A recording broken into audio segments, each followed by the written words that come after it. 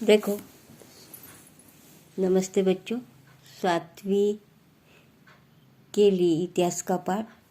तो हमारा 9वां पाठ शुरू था, मराठों का स्वतंत्रता युद्ध। पिछले वीडियो में मैंने आपको बताया था कि छत्रपति संभाजी महाराज की कहानी, यानी औरंगजेब को अपने यहाँ सैनिकों के विरुद्ध जो औरंगजेब कुचल कर रहा था, उसको हरा रहा था, तो ये संभाजी महाराज ने करने नहीं दिया। तो आज हम देखने वाले सिद्दी के विरुद्ध अभियान।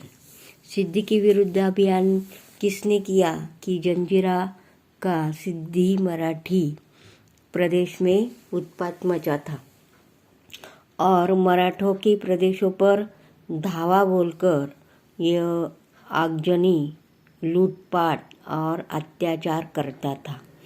बखरकर यानी इतिहासकार सभासद ने उसका वर्णन इन शब्दों में किया कि घर में जैसे चूहे वैसे राज्य में सिद्धि। जैसे घर में चूहे रहते वैसे राज्य में सिद्धि है, ऐसा उनके साथ वर्णन किया था। और संभाजी महाराज ने ईस्वी सन 1682 में उसके विरुद्ध एक अभियान चलाया। कौन सा अभियान कि मराठों ने सिद्दी के अधिकार वाले दंडराजपुरी किले को घेर लिया और जंजीरा, ये जो किला है, जंजीरा पर भी ज़बरदस्त तोपें दागी। परंतु क्या हुआ कि ठीक उसी समय मुगलों ने स्वराज्य पर आक्रमण किया और इनका फल स्वरूप क्या हुआ कि संभाजी महाराज को जंजीरा अभियान अधूरा छोड़कर लौट आना पड़ा। इसके बाद पुर्तगालियों के विरुद्ध अभियान, पहले देखा हमने सिद्दी के विरुद्ध अभियान संभाजी महाराज ने क्या किया। और इसके बाद पुर्तगालियों के विरुद्ध अभियान।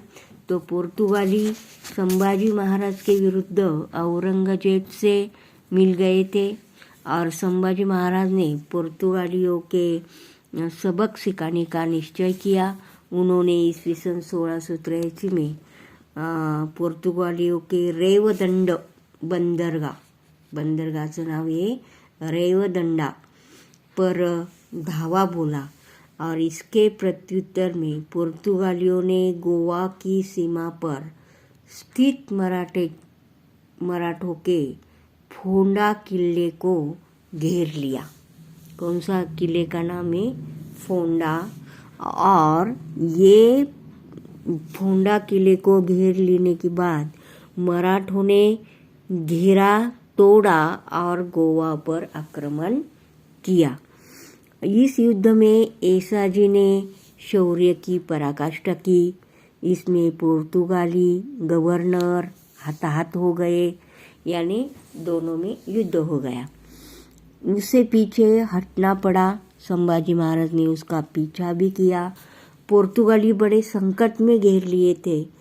उसी समय संभाजी महाराज को मुगलों द्वारा दक्षिण कोंकण पर आक्रमण किए जाने का समाचार प्राप्त हुआ। फलस्वरूप क्या हुआ?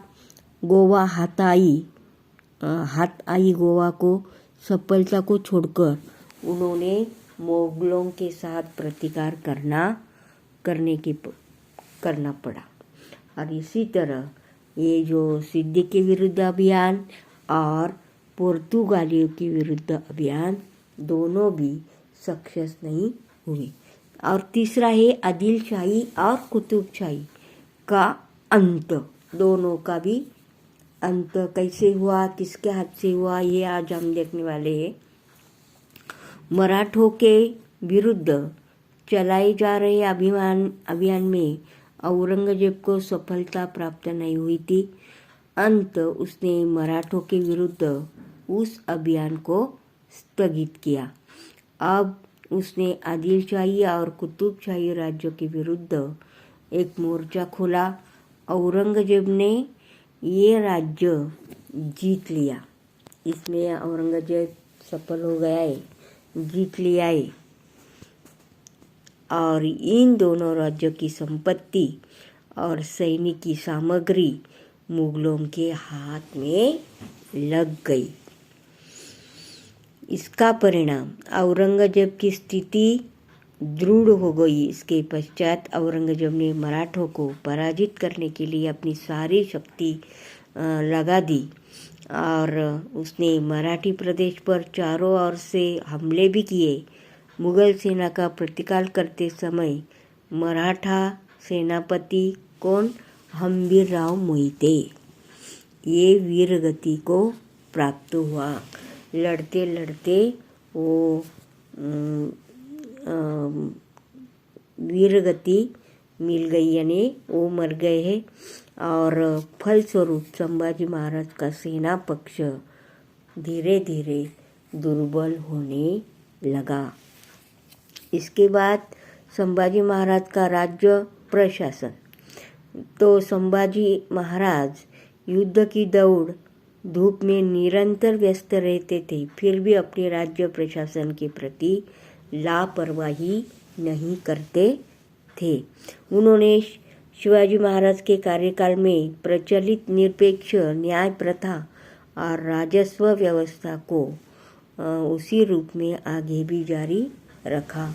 ऐसे ये संभाजी महाराज स्वराज्य के विरुद्ध विद्रोह करने तथा सामान्य प्रजा को कष्ट पहुंचाने वाले वतनदारों अथवा जहागीरदारों को कठोर दंड दिया करते थे।